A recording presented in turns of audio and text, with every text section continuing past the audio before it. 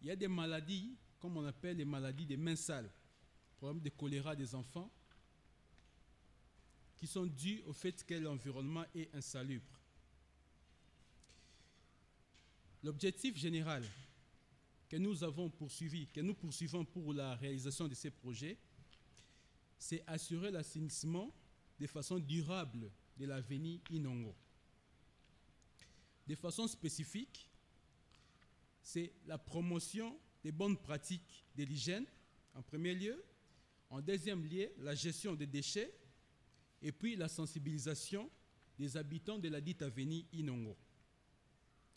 Comme résultat attendu, c'est que l'avenue Inongo, qui ne contient qu'environ 80 parcelles, nous avons estimé les ménages à 100, puissent maîtriser les questions d'environnement. Comment gérer les déchets de façon efficace.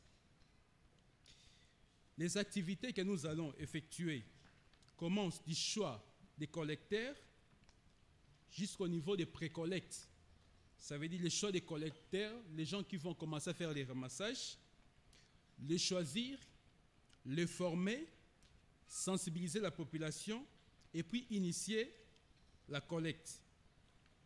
La formation va passer au niveau, d'abord, le recrutement des facilitateurs, la formation des collecteurs et puis la formation des enquêteurs.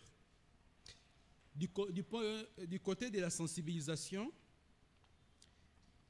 il faudra travailler sur un bon message de communication pour le changement des comportements. Nous savons que dans notre ville, Kinshasa, particulièrement, pour ne pas parler de la RDC, l'assainissement demeure un problème. Demeure un problème que nous considérons un problème des droits humains. Et puis, ensemble, nous, avec l'État congolais, nous devons travailler pour atteindre cet objectif.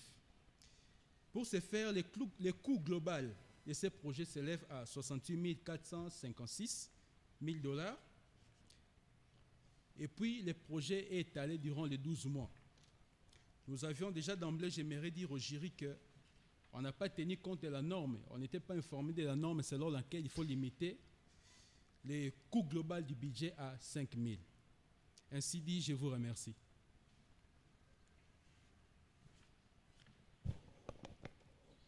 Ok, merci pour votre présentation.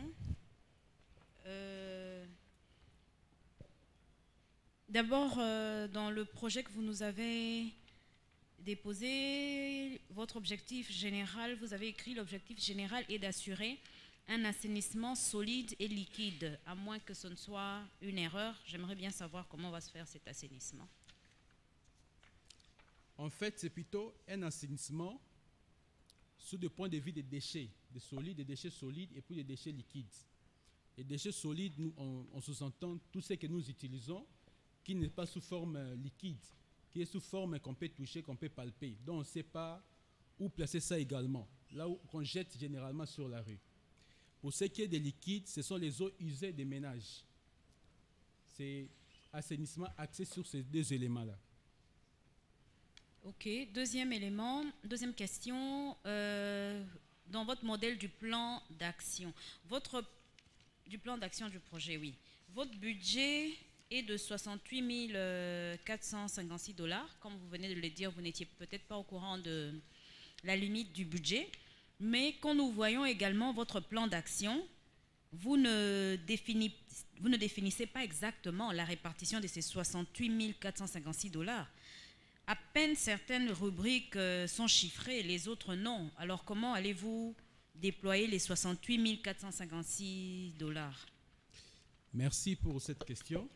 Si vous permettez, nous pouvons aller à la page 14.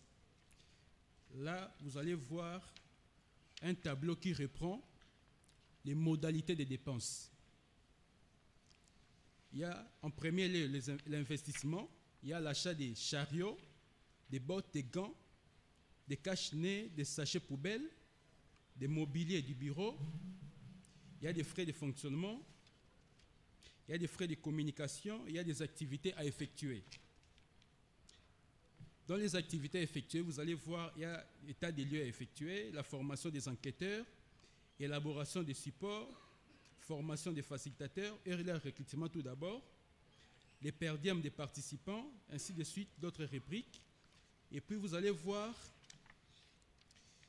il y a à la page 15, pardon, on a repris la suite du premier tableau et puis un deuxième tableau dont la somme, le premier tableau, la somme est de 44 096 $ et puis le deuxième tableau c'est de 24 360 et la somme donne le coût total du projet.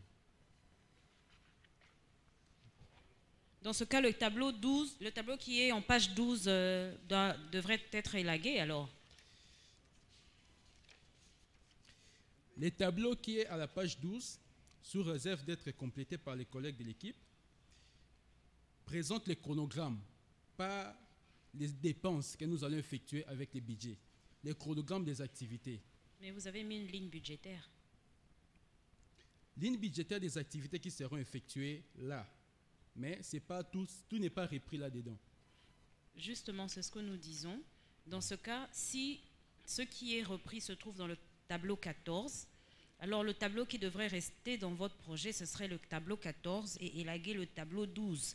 Parce que quand nous voyons, par exemple, sur le tableau 12, élaboration des messages de communication pour le changement de comportement, ce message doit avoir un coût, par exemple. Oui, oui. Organiser la récolte des déchets dans les ménages, comment ça va se faire? Est-ce que vous avez... il y a des achats qui seront faits par rapport à ça. Tout ça, c'est par rapport à un coût. C'est comme ça que je dis, ou soit dans la correction de votre projet, vous pourrez élaguer cette page et laisser 14 où vous avez mis le budget de façon détaillée. Ok. Votre projet, vous avez dit que c'est pour une durée d'1 année? Oui. Combien de fois allez-vous faire la sensibilisation?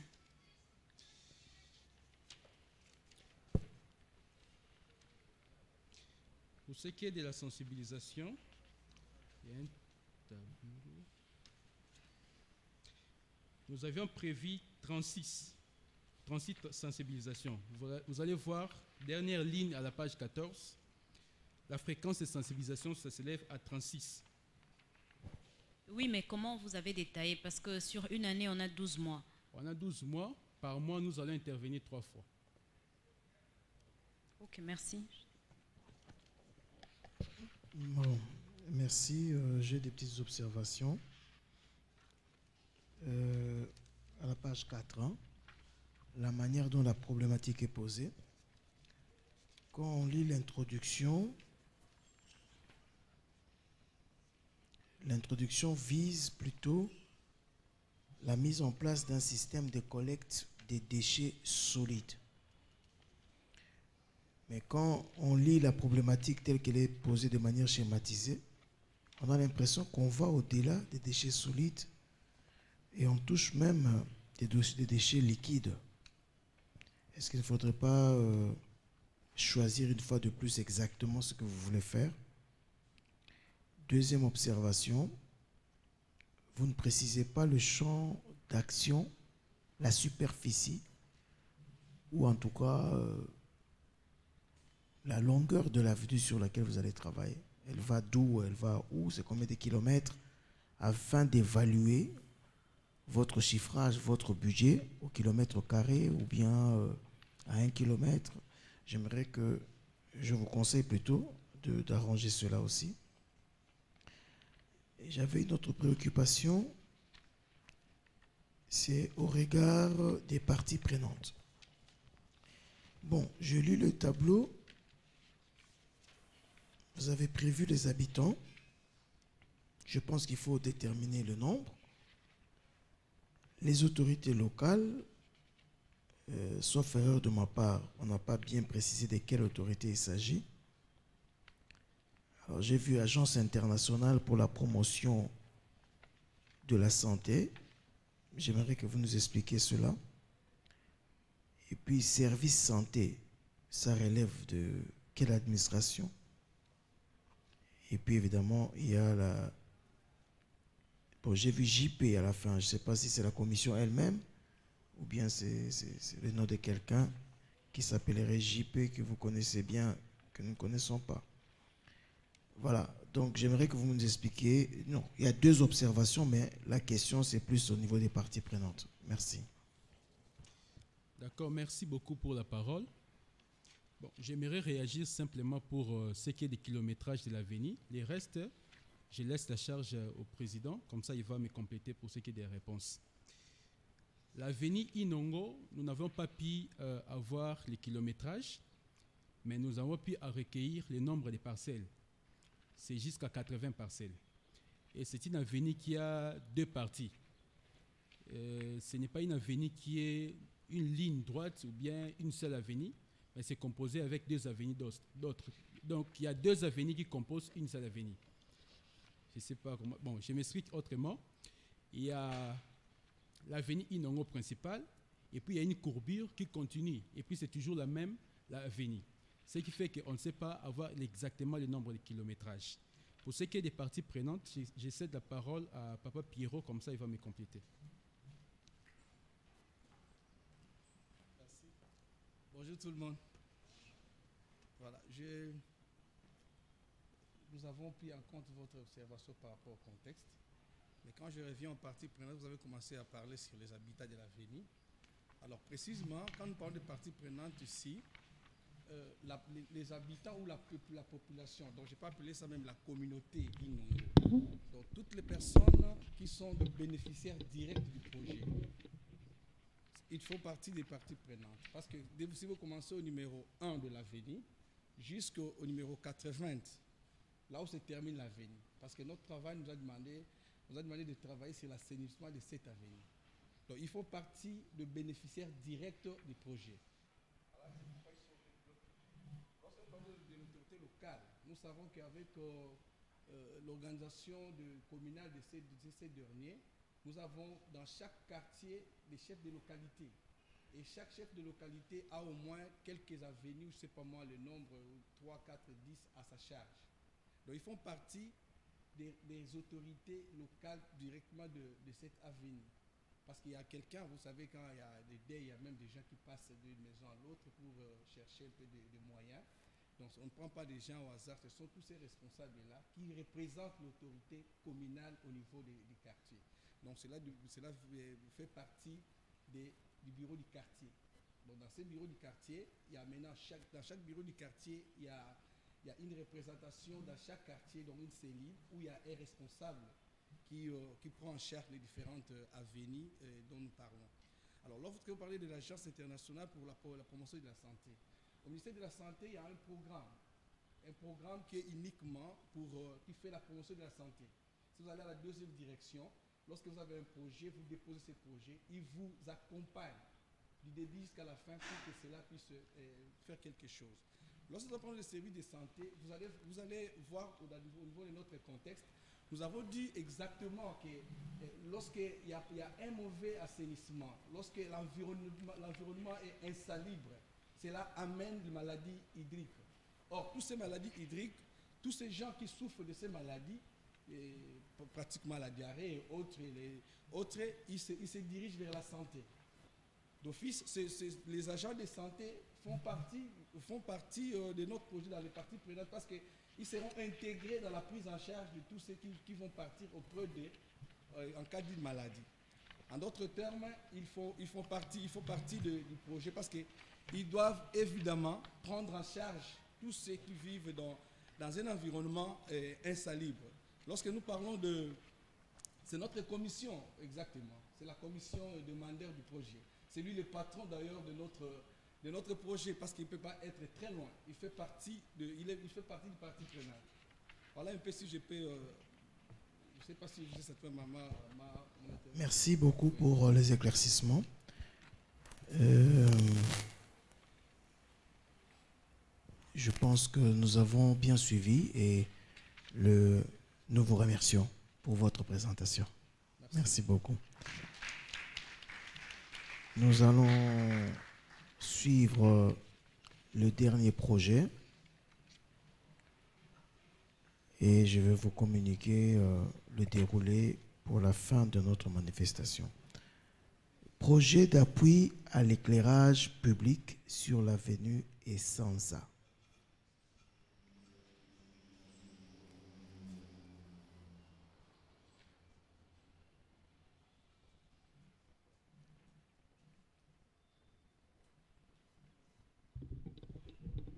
Bonjour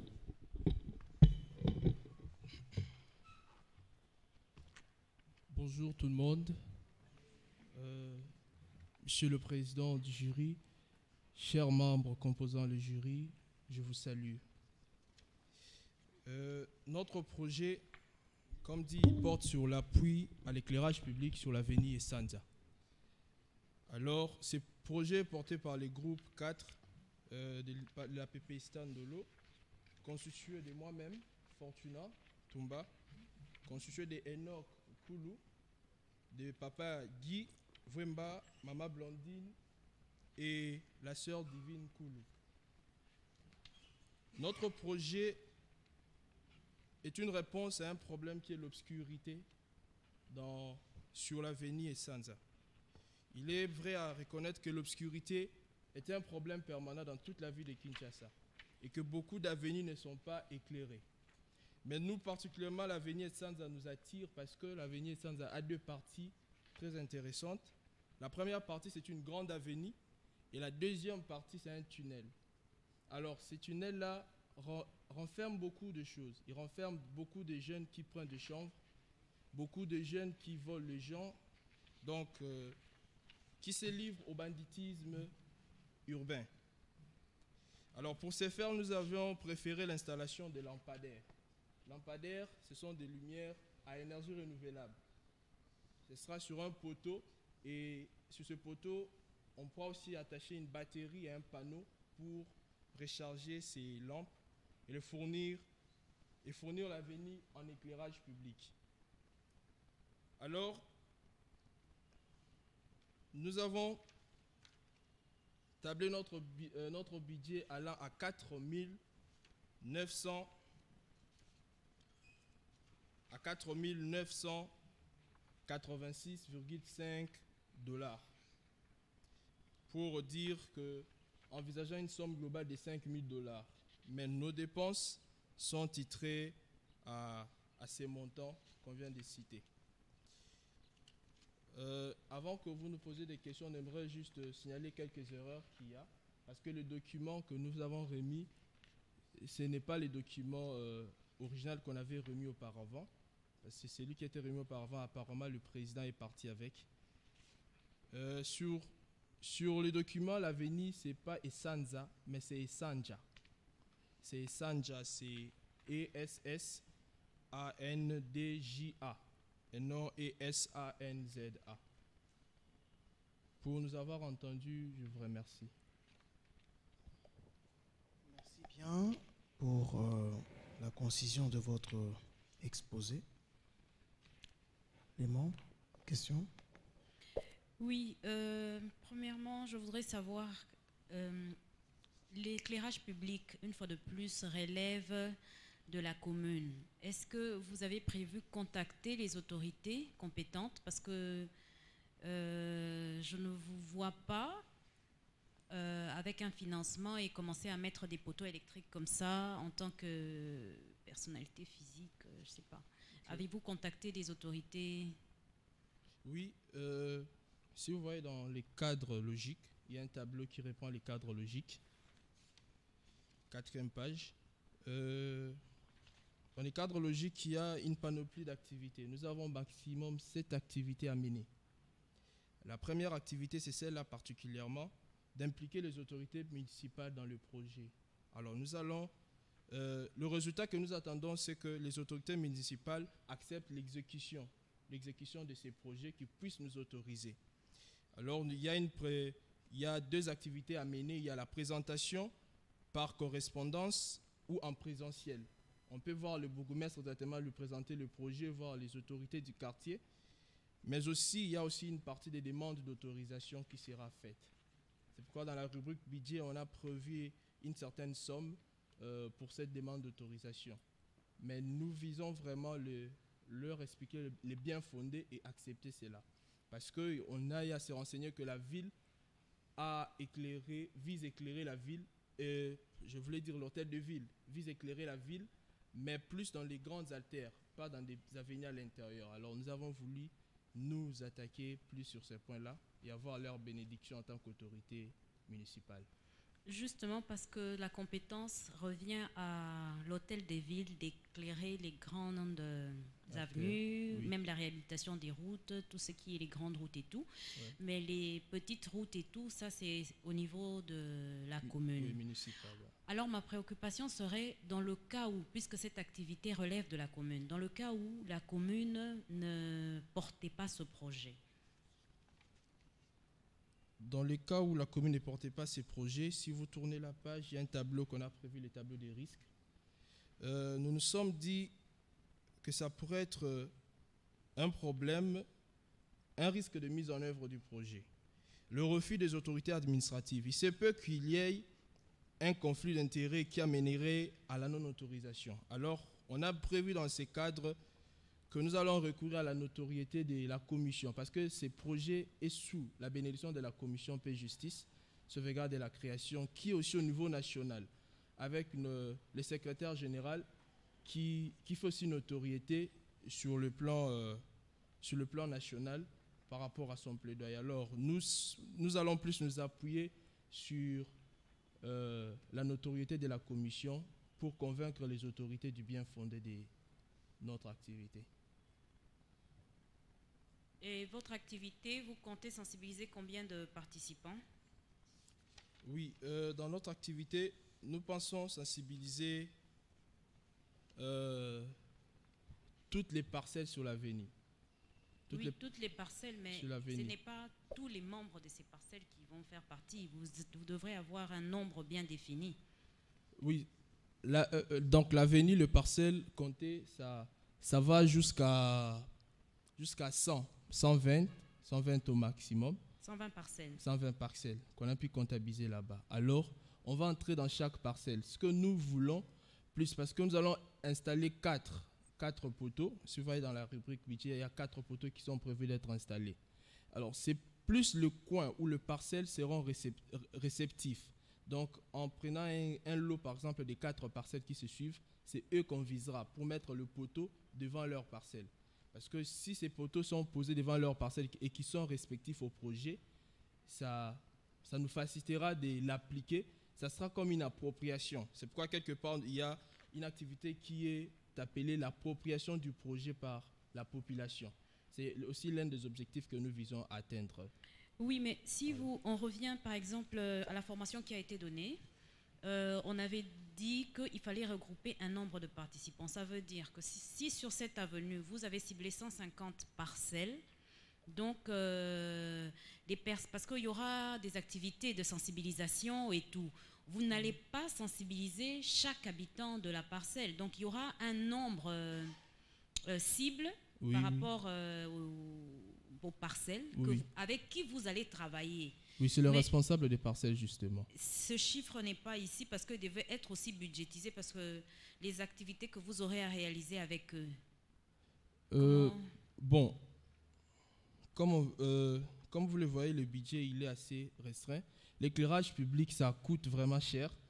Ça coûte cher et si on implique encore les gens à qui on doit payer quelque chose en dehors de ceux qui portent le projet, ça nous coûterait très cher. Alors, ces responsables des parcelles, nous, ce que nous ferons, comme vous le voyez, c'est la sensibilisation. La sensibilisation, c'est le faire impliquer, c'est le faire comprendre que ce projet est important. Le responsable de parcelles, qui vont accepter? Parce que quand ils acceptent, c'est un bénéfice. Ils verront que c'est un bénéfice pour eux. Ce n'est pas un travail qu'on leur demandera de faire. On ne leur demandera pas de faire un travail de plus. Le travail, c'est nous qui le faisons. Et eux ne viennent que nous appuyer par rapport à leur implication juste. Parce que sinon, une proposition que je pourrais vous faire. Oui, madame. Comme vous le dites, l'électrification, c'est quelque chose qui coûte exactement quelque chose de cher.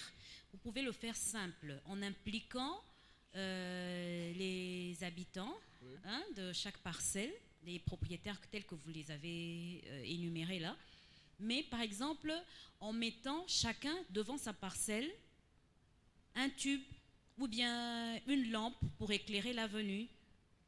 Alors, un projet, une sensibilisation dans ce genre-là vous coûterait moins que un projet, parce que celui-ci, je le trouve, c'est un projet vraiment élargi, même si ici, vous ne l'avez pas élargi. Ça va demander beaucoup d'implications.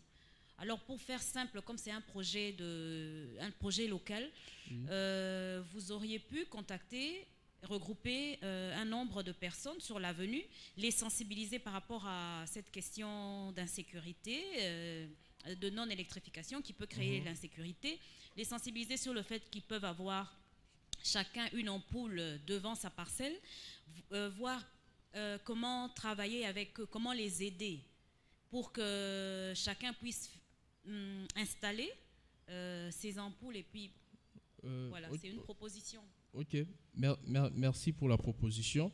C'est aussi sur ça qu'on avait aussi essayé de réfléchir quand on était en train d'élaborer le projet. Mais je permets aussi à mon collègue de pouvoir intervenir sur le point. Merci, bonjour à tous. Bonjour, chers membres du jury. Enfin, je voudrais juste ajouter... Peut-être avant que tu n'interviennes. Nous avons vu des lampadaires installés dans des bureaux des communes avec toute la sécurité possible, mais au bout de 2-3 mois, ces lampadaires n'existaient plus. On donne les cas, on les a vus à la commune de Bandal, pas très loin de la commune de Kinshasa et même à côté du stade municipal de Barumbu. Ça n'a pas traîné. Est-ce que vous ne pensez pas que vous avez un mort-né déjà dans le projet que vous formez? Merci. C'est pourquoi nous avons voulu travailler avec des jeunes du quartier. On a sensibilisé quelques jeunes, soit de 20 à 30 ans, parce que vers les tunnels en bas, sur l'avenue Essanza, il y a des jeunes qui n'étaient pas d'accord. On a même signalé ça dans la fiche. Ils n'étaient pas d'accord pour que nous mettions la lumière, parce que c'est leur coin où ils ont l'habitude de fumer, se retrouver entre eux et tout ça. Alors on a pensé sensibiliser ces jeunes-là, leur montrer l'importance de l'éclairage sur une avenue et pour éviter aussi ces genres de choses. On pense avec ces jeunes, si on leur sensibilise et qu'ils sachent que c'est bien la lumière, alors ils vont maintenir ça. Merci. Je trouve que c'est un projet qui va demander de vous associer à d'autres projets que j'ai entendus ici sur la lutte contre la violence, des choses comme ça. C'est un projet important parce que ça rencontre un besoin qui est là. Je crois que les jurys et la commission vont vous aider à l'approfondir. Moi, personnellement, j'ai vu que c'est un projet qui doit aller au-delà du délai que vous avez mis ici, qui peut être mieux compris et mieux travaillé avec les amis de la SNEL, parce que j'ai vu que vous avez mis un ingénieur, vous avez cité le nom, Merveille, mais puisqu'il s'agit de l'électricité, comme a dit madame tout à l'heure, c'est un peu organisé. C'est-à-dire que j'aurais souhaité que ce projet soit approfondi. Ça peut être dupliqué à plusieurs endroits, mais pourvu qu'il soit mieux présenté. Pourquoi je dis ça? Je vois le coût d'installation $787 par lampadaire. C'est ça? C'est un coût, à mon avis, très abordable pour une avenue. Très abordable. Si ça peut prendre quelle circonférence, une lampadaire, si elle doit éclairer 1 km, 50, 500 mètres, combien de mètres? Le lampadaire, c'est presque 25 à 30 mètres. 25 à 30 mètres. Oui, 5 à 30 mètres. Donc si on calcule cela, je crois que c'est un bon projet, il faut l'approfondir. En tout cas, l'idée est bonne, il faut l'approfondir, mais tenez compte des observations qui vous ont été formulées. Merci beaucoup. Merci beaucoup. Alors, merci.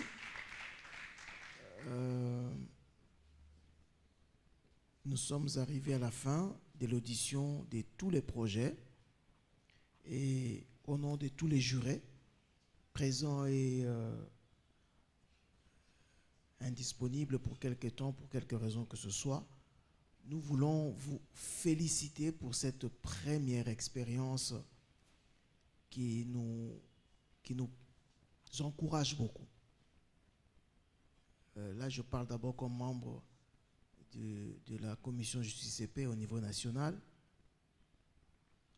Nous voulons encourager ce travail et je pense que nous avons pris une très belle allure pour que nous puissions, comme membres d'église, nous impliquer dans la solution des problèmes des endroits où nous habitons, mais nous impliquer différemment. C'est-à-dire que nous n'apportons pas simplement du discours critique, mais nous apportons des solutions pratiques et je pense que ça serait une très bonne chose.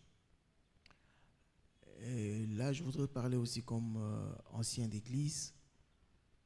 J'aimerais nous encourager que dans tous les projets que nous avons faits, bon, moi j'avais cet œil-là, je regardais,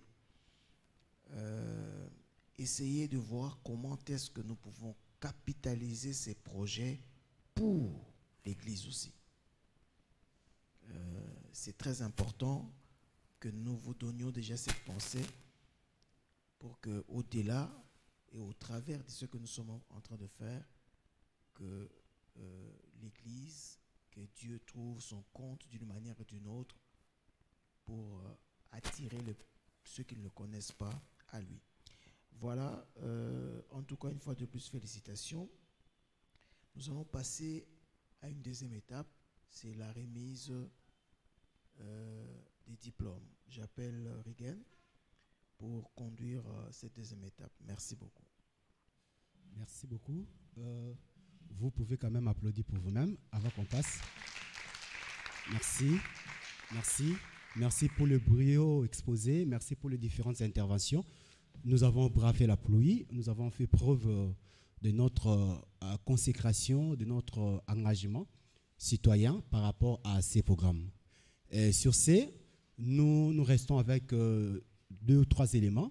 Le premier, ça sera ligne de coordonnatrice de notre paroisse par rapport à la PJ6, en fait, le programme de PJ6 par rapport à cette formation. Elle va passer pour prendre la parole. Viendra après la remise des brevets et après, on va passer les temps de prière et puis la restauration viendra en dernière position. Sans plus tarder, nous appelons Maman Vicky Ngamala pour un mot par rapport à la formation. Nous applaudissons.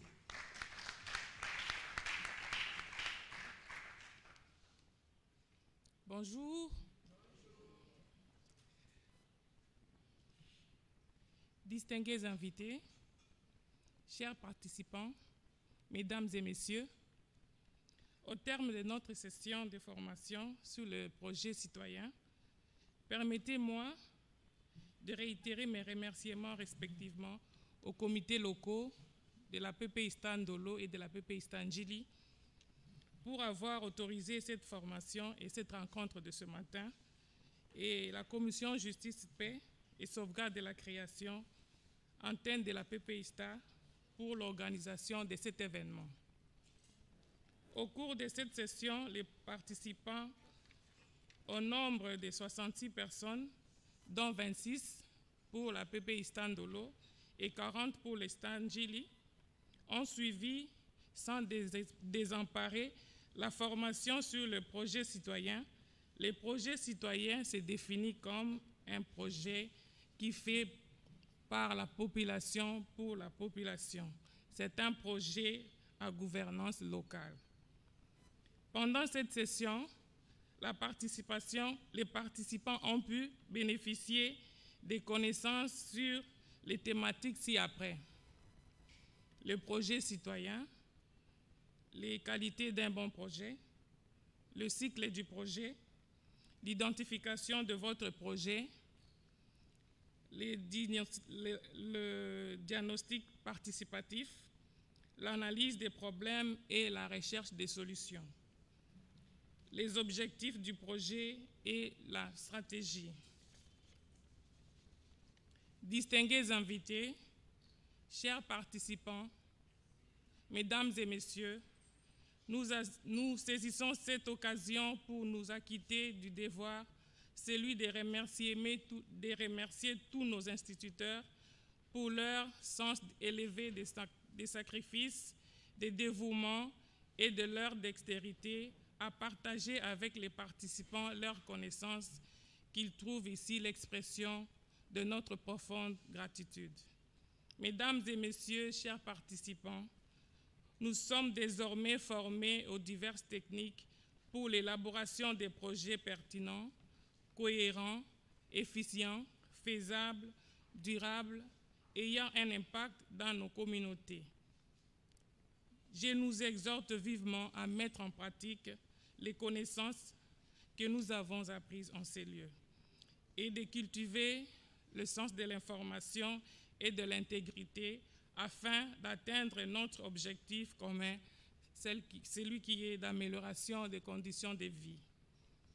À travers l'organisation de cette session, la Commission Justice, Paix, Sauvegarde de la Création PPISTA vise à renforcer l'état des droits et des institutions solides pour soutenir la démocratie et la croissance économique et pousser nos autorités locales et hiérarchiques à la redevabilité.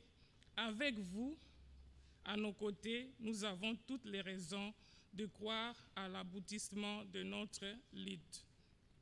Je terminerai mon allocution en réitérant de tous mes sincères remerciements pour votre participation enthousiaste et active à cette session. Tenant compte de notre totale participation et de la qualité de vos contributions, nous ne doutons pas que les objectifs visés ont été raisonnablement atteints. Sur ce, je vous remercie pour votre attention aimable. Merci.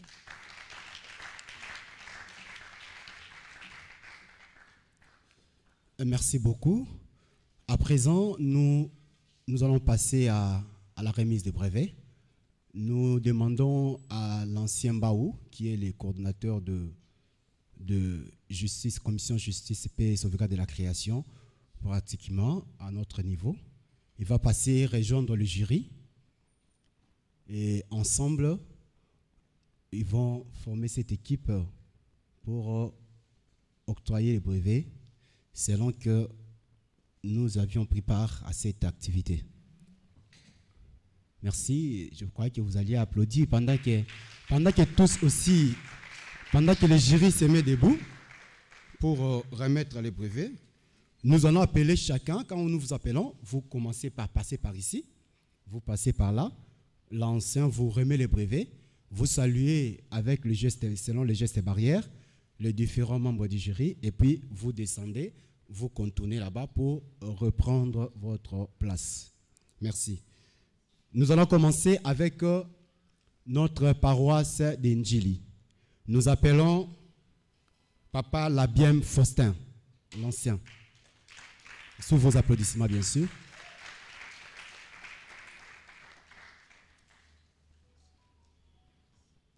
Et suivi de Luzolo Déborah. Luzolo Déborah. Missosi Willy. Missosi Willy. Louis Alice. Louis Alice, absente. Babemba Olivia.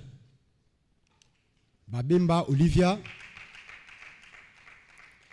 Massamba Enis. Massamba Enis. Sous vos applaudissements. Nkala Seba. Nkala Seba. Nkala Seba. Suivi de Masita Philippe.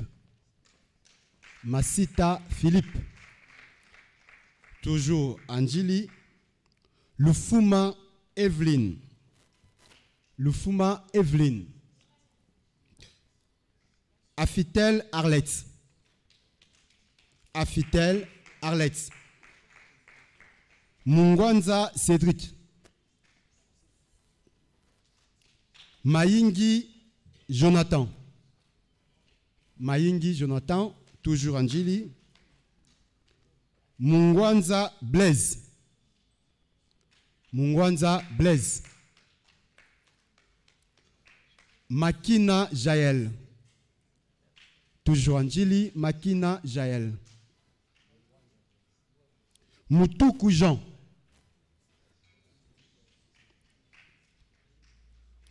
Simon Dambo Jackie. Bila Evodi. Sous nos applaudissements, ne nous fatiguons pas, nous sommes déjà pratiquement à la fin. Ntinu Tino. Ntinu Tino.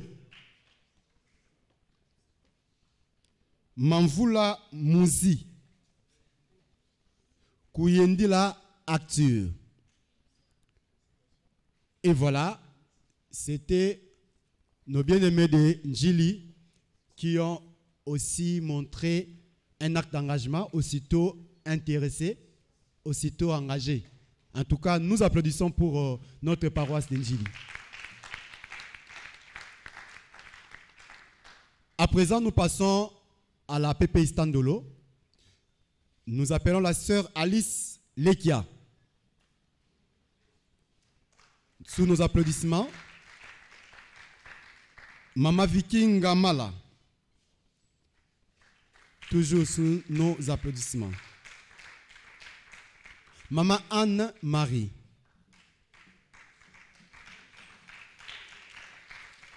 Papa Jackson Mpia.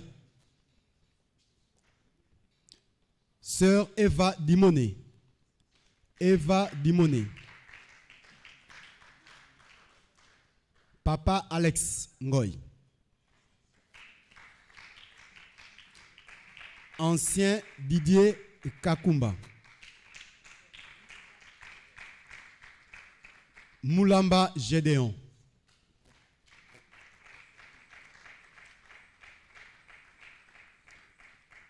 Ancien Wawa Léonard. Mama Véro Ngandou.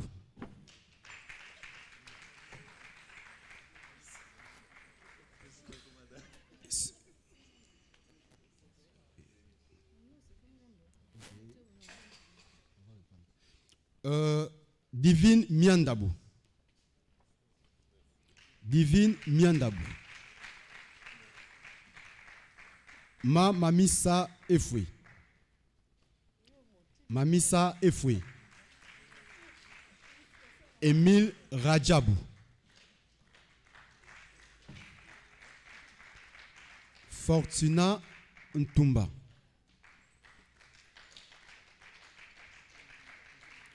Blandine Mouteba. Mama Blandine Mouteba.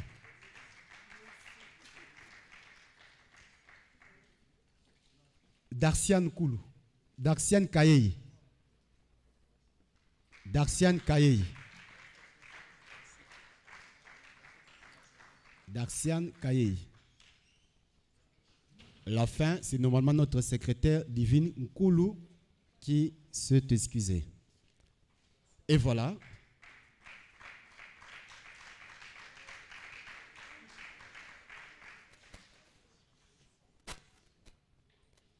Je pense que c'est fini. Ok, merci beaucoup. Le jury peut s'asseoir. Ancien Mbawaj a juste 2 minutes pour un mot. Et puis nous allons passer à autre chose. Shalom, bien-aimés dans le Seigneur.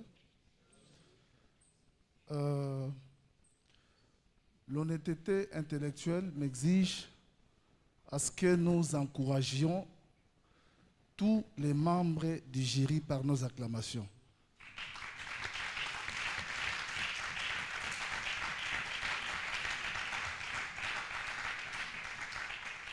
Que Dieu vous bénisse pour le travail abattu. Je voudrais revenir à tous les lauréats du jour. Je voudrais aussi demander à ce que nous encouragions tous ceux qui viennent d'être honorés aujourd'hui par ces brevets d'encouragement. Nous pouvons les acclamer pour les encourager.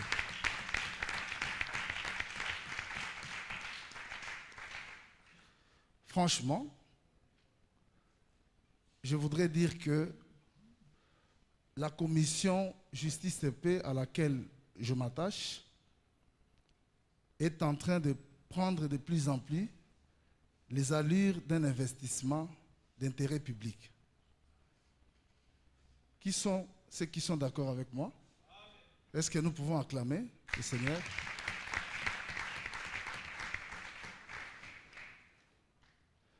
Un investissement, pour ceux qui ont été à l'école, c'est une espèce de dépense immédiate dans l'objectif d'avoir un effet positif à long terme. Lorsque vous investissez aujourd'hui, nous pouvons avoir les effets de cet investissement demain ou après-demain. Je voulais dire que tout ce que vous êtes en train de faire aujourd'hui a non seulement de l'effet sur l'Église, mais aussi à la nation. Remarquerez que la commission Justice et Paix devient un acteur social dans l'Église. Un acteur social fondateur et acteur des vraies valeurs pouvant blanchir la société. Vrai ou faux? Nous sommes en train de travailler de façon à ce que l'Église puisse donner du décor, un décor pittoresque au sein de la nation. Et lorsque nous suivons tout ce qui a été fait au travers des projets que vous avez pu défendre, vous sentez que l'Église est en train de jouer un grand rôle, non seulement ici dans notre environnement, ici où nous fonctionnons, mais partout dans toutes les couches de la nation. Parce que ce que vous êtes en train de faire, même nos enfants, si nous le faisons bien, avec objectivité, ils sentiront les effets de ce que notre commission fait comme travail. Je voudrais, avant de terminer, dire aussi que notre commission, plus nous travaillerons au sein de cette commission, plus nous serons reconnaissants envers Dieu. Parce que moi, j'estime que la commission Justice et Paix, c'est un service que nous rendons à Dieu. Nous lui témoignons cette reconnaissance. Et l'appel que je voulais faire à tout le monde, je voudrais à ce que nous travaillions, comme nous dit la parole de Dieu, au 23e verset du chapitre 3e de l'épître aux Colossiens, quand Dieu dit, tout ce que vous faites, faites-le bien, sachant que vous travaillez pour votre Dieu. Je pense que ce que nous sommes en train de faire, nous le faisons non seulement pour que l'on nous donne des hommages, mais aussi pour que notre Dieu soit honoré. Voilà pourquoi je voulais exhorter tous les membres de cette commission à travailler sans murmure.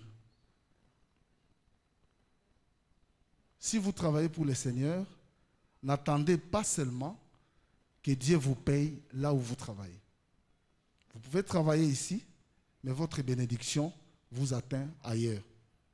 Voilà pourquoi il ne faut pas tout attendre du pasteur. Il ne faut pas tout attendre de cette paroisse. Nous pouvons travailler, ça peut arriver que la paroisse nous finance. Mais n'attendons pas toujours que nous soyons payés ici à la paroisse. Notre bénédiction peut nous atteindre ailleurs. C'est très important. Ne soyons pas de ceux qui, lorsqu'ils doivent travailler pour le Seigneur, ils travaillent sérieusement. Sérieusement. Et lorsqu'ils ont fini de travailler, ils prennent le temps de murmurer sérieusement. Donc, ils ont l'onction partout. Soyons de ceux qui, lorsque nous travaillons pour le Seigneur, mettons le murmure à côté et le Seigneur nous bénira. Je l'ai dit toujours avec les amis des nettoyages, puisque j'en fais partie. Vous savez que je suis le président du nettoyage. Il nous arrive, lors de nos services, même lorsque nous travaillons dans les toilettes sanitaires, il y a beaucoup de frères et sœurs parfois qui se plaignent. Et je leur ai toujours dit, ne pensez pas que votre salaire viendra de cette paroisse. Ici, nous mouillons les habits pour notre Dieu, mais le salaire nous attend ailleurs. Et les effets sont là. Nous voyons les effets parce que notre Dieu n'a jamais été un escroc. Lorsque vous travaillez pour lui, vous ne porterez pas de visage couvert de honte. Amen. Amen. Voilà pourquoi je voudrais nous encourager, comme le fait le révérend Eric, je voudrais nous encourager à être des jusqu'au-boutistes. Pas des jusqu'au-boutistes, je dis des jusqu'au-boutistes, pour que nous fassions quelque chose de bien et à la commission, mais surtout dans la nation au sein de laquelle nous vivons. Que le Seigneur vous bénisse. Merci, merci beaucoup. Et voilà, nous allons appeler Ancien Didier pour la prière finale. Et juste après la prière, nous allons prendre les séances de photos avec le jury. D'abord, il va prendre les photos, une pause, et après, nous allons prendre la photo avec tous les membres du jury. Et après, les mamans vont prendre les photos, les papas aussi vont prendre les photos, viendra la restauration. Ancien Didier pour la prière finale.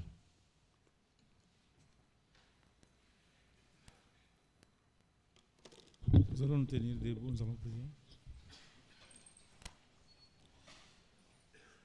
Nous te disons merci, Dieu de toute grâce, Dieu de toute consolation.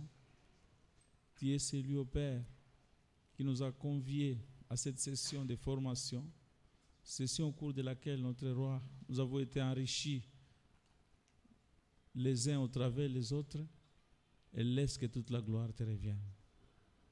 Père de gloire, ce travail qui a été fait, nous l'avons fait au notre Seigneur pour honorer l'engagement que nous avons pris envers toi.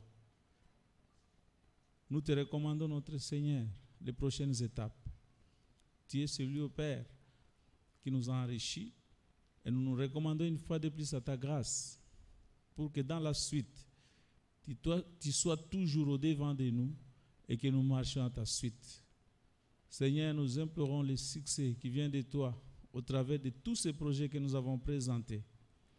Entre tes mains, Seigneur, nos formateurs, les initiateurs de ces activités au Père, notre prière est, Père, que toi, notre Dieu, tu puisses les visiter, leur ajouter encore l'intelligence et la sagesse, que tu les gardes en bonne santé et qu'ils soient toujours utiles pour l'avancement de ton œuvre.